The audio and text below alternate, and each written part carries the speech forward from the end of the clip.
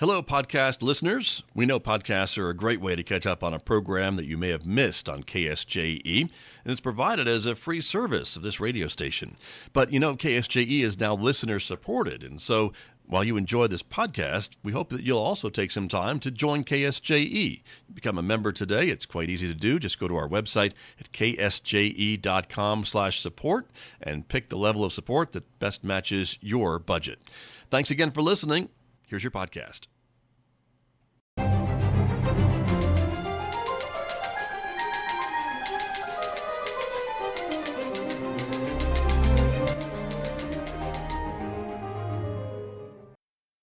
Welcome back to Right on Four Corners. I'm your host, DelSheree Gladden. I'm a USA Today bestselling author of over 30 published novels. On this week's episode, I have Neill McKee, and he's going to be talking about his newest book, MyUniversity of the World. Neill, go ahead and introduce yourself. Well, I guess I'm world wanderer. Ended up in New Mexico in 2015, which is a great place to do writing and meet people who do writing and think up new ideas. I was a filmmaker and media producer for most of my career, about 45 years, and that was in working in developing countries for a number of agencies. When I reached New Mexico, I started to write about my memories in memoirs, some of which have won awards. This one is subtitled MyUniversity of the World. Subtitle is Adventures of an International Film and Media Maker. And it's a standalone sequel to my first travel memoir, Finding Myself in Borneo. That's what I do, and spend my time these days writing and promoting my books and meeting people who do the same sort of thing, and other international groups here in Albuquerque and Santa Fe. Well, I'm glad you made your way to this area and that I got a chance to get a copy of your book and learn more about what you've been doing, because you do have quite the interesting life story to share with people. It was really fascinating to be able to read how you got into this adventure and kind of where it took you over time. So I kind of wanted to start at the beginning. Tell people a little bit about how you got into filmmaking and working with these groups that you were a part of over the years. Well, the first film I made was when I was a volunteer teacher in Borneo, and it's mentioned in this new book as well as in Finding Myself in Borneo. I was living with this American Peace Corps fellow who had a 16 millimeter camera and was making a film for the Peace Corps, and I wrote to CUSO, that's the Canadian University Service Overseas in Ottawa, and said, I can make a film for you, and they took me up on it. So my first film, although it wasn't used, was on CUSO volunteers in East Malaysia, Borneo. It was good enough to be hired. On my way home, I traveled through Thailand, India, and then into a number of African countries, shooting more films for them, and then going to work in Ottawa in the studio where I really learned filmmaking, working with a great woman editor who taught me what I was doing wrong, what I was doing right, and what I need to do differently when I went back out again to shoot more films. Well, that was one of the things that I found really interesting about your getting started in all of this, was that you came from a non-traditional background. You didn't necessarily study this formally and then go through a process that might happen today. It was really kind of organic, how you learned things, how opportunities kind of came at you in different ways. And I found that to be really interesting, because I think that in today's world, that would be a little harder to see that happen and to have things come together in the way that they did for you. Yeah, I guess it was a lot of luck. I went to, when I was back in Ottawa filming or editing some of my films for CUSO, I went to Ryerson Polytechnical Institute, which taught filmmaking, and I showed them one of my films, the one on New Guinea, and they said, well, what do you want to do? We can't teach you anything more. You're in the best of situations for learning in an actual working studio. And I found at that time a lot of people had not really taken formal filmmaking as a study. They learned on the job. So I wasn't alone in that, but I would say I was pretty lucky to get into it when I did. Absolutely. And it seemed like you had some really fortunate connections that were made of people who were really helpful to you and willing to teach you and share their experience and knowledge. That's right. I was assigned in Ottawa first to work with a lady by the name of Sally McDonald. It was just a wonderful teacher and listener. Wherever I went, I was working with people I would say became mentors. And again, lucky to meet people who actually took me to my next job. I was really interested in your experience in learning to edit the films. I found that a really interesting part of your recollections in because a lot of it you learned how to do a lot of the post-production on your own, especially in the earlier films that you were making and having that guidance and going through it. What was that like having gone out and shot all of this raw footage, and especially in your early projects where you were still kind of figuring out what the organizations wanted and how to put it all together in a story, and just taking that vast amount of footage that you had and figuring out how to put it together in the way that they were hoping you would to tell the story that they needed you to tell? What was that process like? Well, from the first film I made, it just had too many long shots and mid shots and not enough close-ups. So when I got back on the road, leaving Malaysia and working in Thailand and India, I had a whole set of notes of things I had done wrong in my first film. Before I got back home, I was still receiving notes from Ottawa what I should do differently. And that is things like shoot many different angles when you're taking a scene. Lots of cutaways so that you can edit to the cutaway and then back to the main subject of the film.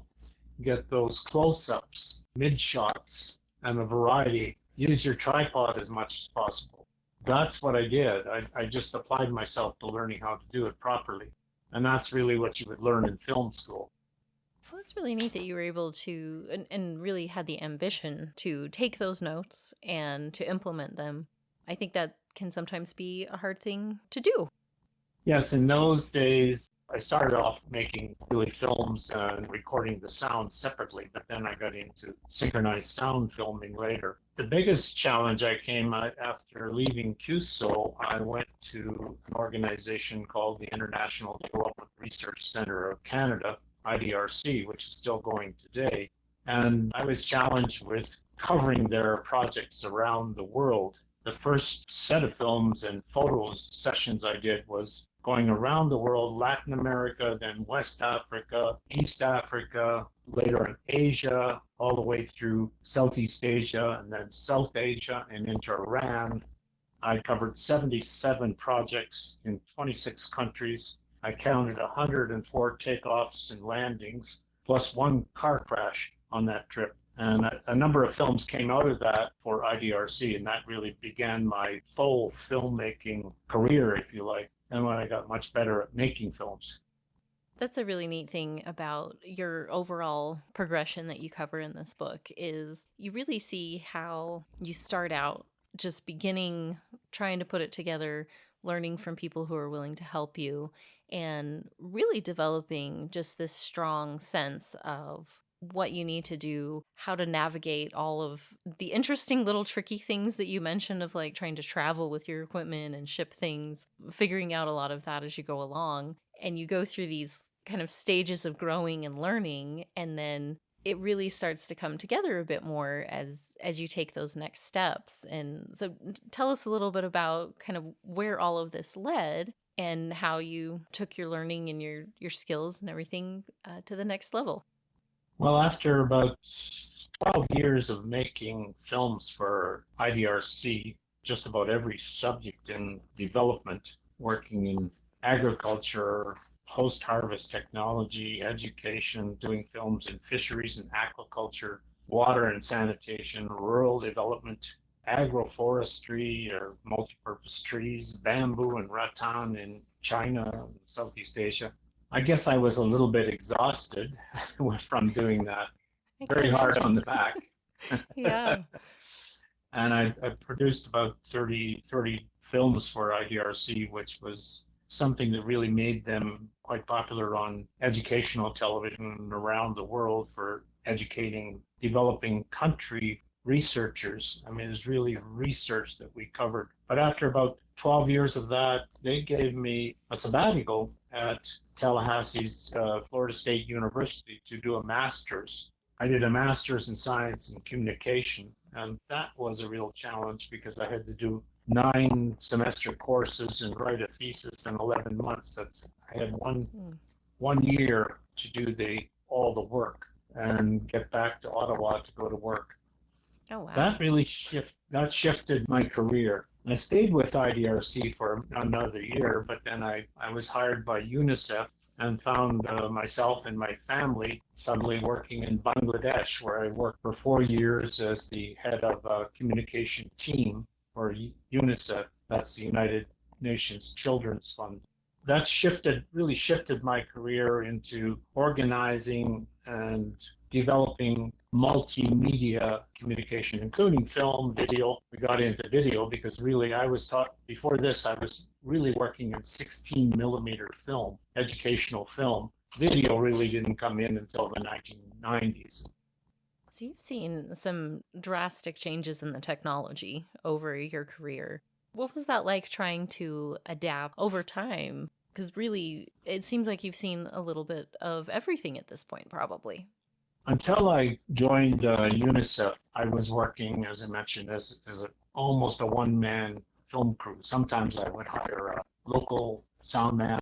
Sometimes I would bring a staff member along and train them up on taking the sound. And we depend on really a lot of the project staff in developing countries. We met to help carry the equipment, all the assistance to do that.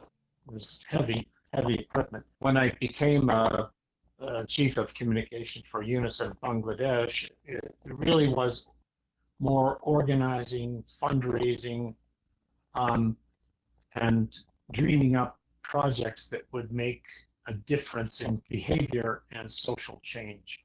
And I think my most successful project in those days was the MENA communication initiative on the South Asian girl. And this dealt with child rights right through South Asia. We researched all the stories. I wanted to do stories rather than messages. I really wanted to get people into all the issues through stories. And I used animated film. I hired one of the premier animation gurus in South Asia, Ram Mahan, and I hired a team of very creative Asians and one British woman who really took the whole thing.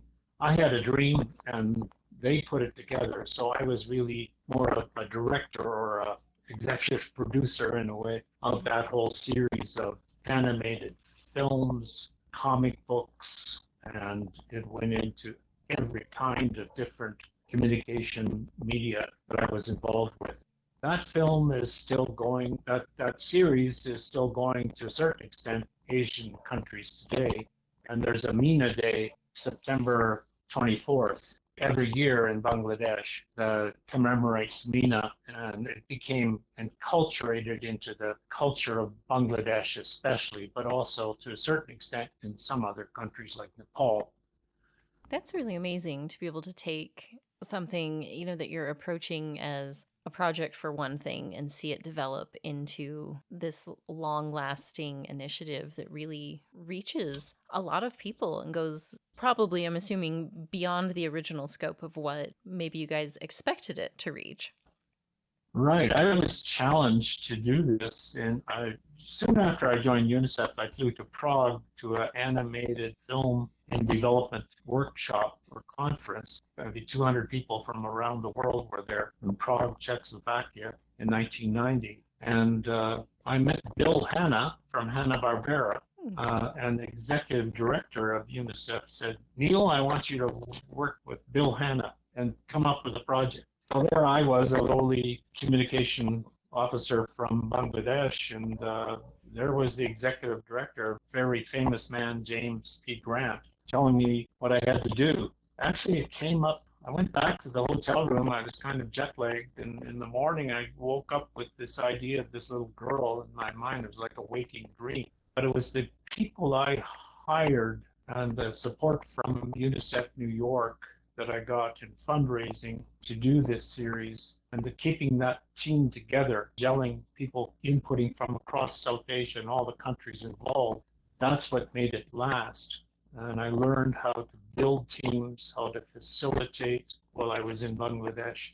That was the big change. I became a manager and a facilitator and learning how to manage properly, not sticking your head in and doing everything, really empowering people to come up with ideas and do the work. Well, I think that's such an important aspect of just managing in general, of building that relationship, of trusting the people you work with and supporting them where they need support, but giving them that room to do what they need to do. I noticed that as you were talking about it, just how in your book, giving that group effort to bring something together to really put, like you said, these stories, because I think that is such a wonderful approach that you came up with in this, wanting to do it through stories rather than messaging, and how your team was really able to get behind that concept of sharing more than just, a few keywords. I think especially now today, like on social media, we get used to just these, little blips, TikTok videos, things that last 30 seconds. And you guys taking the approach of really sharing a part of a life, of really telling what this means on a personal level to people, and having your group, your staff, be able to put those ideas together in a really obviously meaningful way that it's had such an impact as it did in that area. And I wanted to ask you a little bit more about that, because even early on, when you're first describing your films as a volunteer and working for CUSO, you're really focused a lot on the story aspect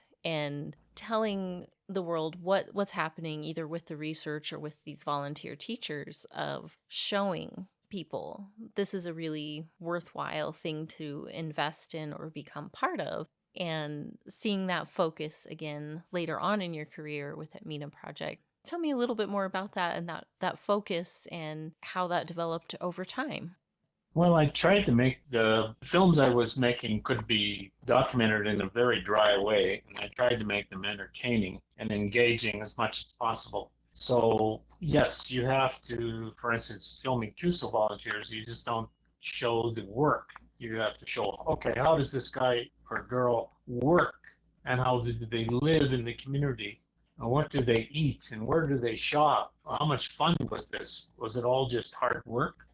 I did go to some very difficult postings like northern Ghana, where we're out there filming and the car breaks down and we have to walk 4 miles in 130 degrees Fahrenheit weather. There were rough postings that I documented, but there was also a lot of interesting stories there that I picked up and kept. Fortunately, I kept a lot of notes. I kept a lot of letters, so I was able to write these stories.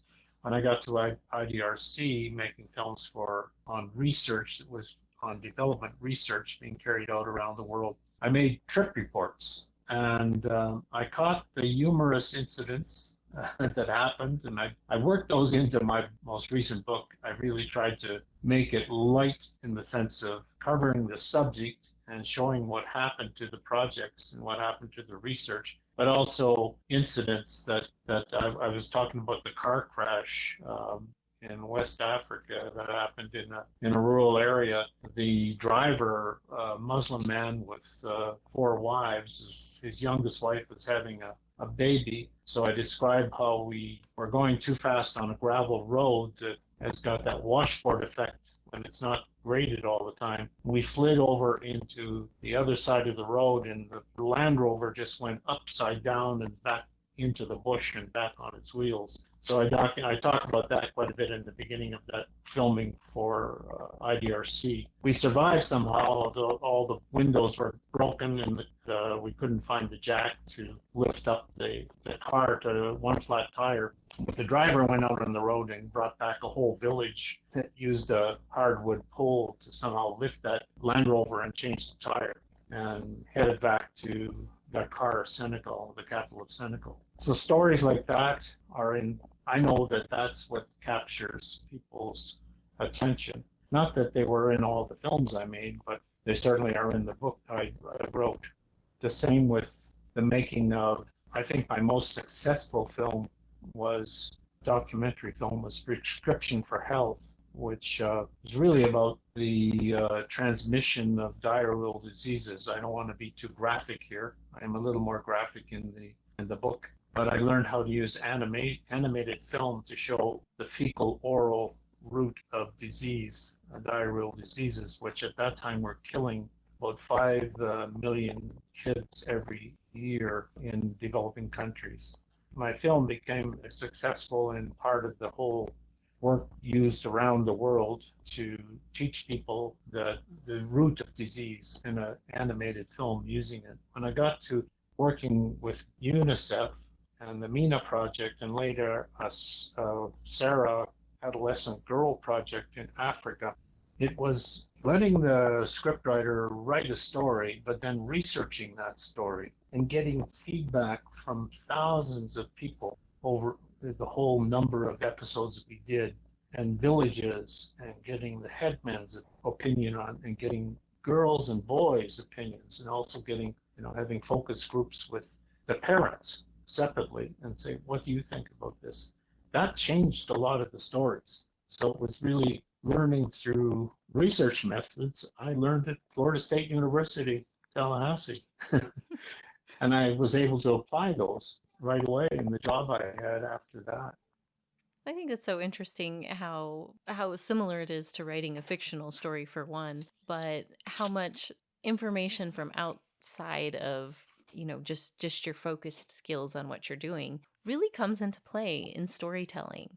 I think it's interesting, all the feedback and the focus groups and reaching out, doing the research to figure out what really are the important points that we need to be covering. So much of that really sounds like a lot of the same work I've done on, building a fictional story, checking in with the readers who you're targeting, getting that important feedback from readers and writers. And I think that just so much goes back to that storytelling aspect of what are you trying to get across, and how do you do that in a way that really has an impact on your reader or viewer and makes that connection with them. Right. After UNICEF, I was in UNICEF for 11 years. I went to Johns Hopkins University Center for Communication Programs. And these guys had really turned that into an art, a researched storytelling method. And it really was called entertainment education. By that time, social change and behavior change messages were being infused in sitcoms around the world. So it really had taken off by that time. So I came to the right group to work with, and I was given the tools to do the same kind of work in Asia, and then in Russia, of all places. They wanted me to go to Russia. I said, me go to Russia? I don't speak Russian. But they wanted a project, the US government wanted a project chief change. They wanted a new project leader of this project. They had one 5-year program. And I went to Russia, and so I was challenged with working with a team of about 18 Russians in the project team that was hired, and trying to work out how to do this through. They were half of them were pretty good in English, but there was a lot of translation as well, especially when I went to work with government people. That was, I think, one of my most challenging posts, believe it or not. That was in 2004 to 2007, when it was becoming politically challenging too, with Vladimir Putin in a second term. So it was quite a difficult diplomatic thing to do, working for an American project in Russia at the time, because basically he was starting to put the screws on everything. Can't imagine what complications that added to an already challenging project. But again, a lot of our work was storytelling, and I would say that I had a really great team, very, very hardworking and cooperative Russian young people, really, who really just finished university in a number of different branches of their studies. And they came together and really helped me and the project and Johns Hopkins University create something. There's 2 chapters in my new book on working in Russia, which I think readers will find quite interesting and humorous. A lot of different challenges. Definitely. Well, and I knew talking to you, I was going to run out of time for all of my many, many questions because you had so many great stories and interesting things to talk about. I do want to mention before we wrap up, there's a whole other side of this story, and that's of you and your wife and how you meet and how your relationship develops over time, and then you build your family while you're traveling the world and doing all these projects. I really enjoyed that aspect of the book as well. And I just wanted to ask you, how did you guys do it? Because that just seemed really challenging to kind of hold everything together and keep that connection going. And then while you're traveling, and especially after she has, you guys start having kids. And I think it was with your first son, you had to leave on a project shortly after he was born. And I was just like, oh my gosh, like to keep that together and make it work was pretty impressive. I had to get back for his birth, and I just did it on time. And then, then I had about two months. Well, I guess we started off that way because we met. She's an American artist, and we met in Japan by fluke. And that's mentioned more in my first memoir, Finding Myself in Borneo. But in this one, I describe our wedding in Zambia. When I went back to Japan to meet her, she said, well, I said, well, should we get married? And she was scratching her head about that. And because we hardly knew each other, we really spent a couple of weeks together total. And before I left Japan, I said, come to Africa with me. I'm going there. She said, sure, I'll marry you. I scratched my head. She scratched her head.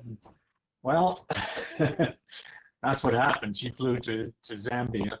We got married in the district office of Lusaka. And I guess it was that sort of we worked out distant relationships in the absence of cell phones and emails and all of that, no computers, letters. I have a whole stack of letters, and I think a lot of that that she saved and all my letters, so I really was able to recall all of that. That's how you had to work those days. People didn't expect instant gratification. One day at a time, we say. That's a good rule to live by. And we are out of time. I had like a million more questions for you, but limited to the show length. But I did want to remind people, so the book is MyUniversity of the World, Adventures of an International Film and Media Maker by Neill McKee. I really hope people check it out because it just has so many wonderful, fascinating stories about the work you did and your life in general and just your family and all of the interesting things that you got involved in and got to learn about. And it's really a wonderful book. I enjoyed reading it very much. So thank you for that opportunity. Thank you so much for taking the time to chat with me and tell me more about your book and your writing, and tell people where can they find you online and follow what you're doing and what you have going on next. Thank you very much. I'm on Neill, Neill, MCKEE, author.com. And you may find my videos on neillmckeevideos.com. That's all the main projects I have done. What I'm doing next, I think I'm going to do some writing on New Mexico and the Rocky Mountains, but I haven't quite figured that out. I've been reading like mad for the last year and a half on the history of New Mexico and this fantastic, interesting land that I live in now. Wonderful. Well, I look forward to hearing more about that when you're ready, and keep me in the loop. It'd be great to talk to you again. Thanks very much. Did you enjoy that podcast? We hope that you did. And if you did, share it with your friends. And if you really want to keep podcasts like this coming, please support KSJE. You can do it easily online at ksje.com.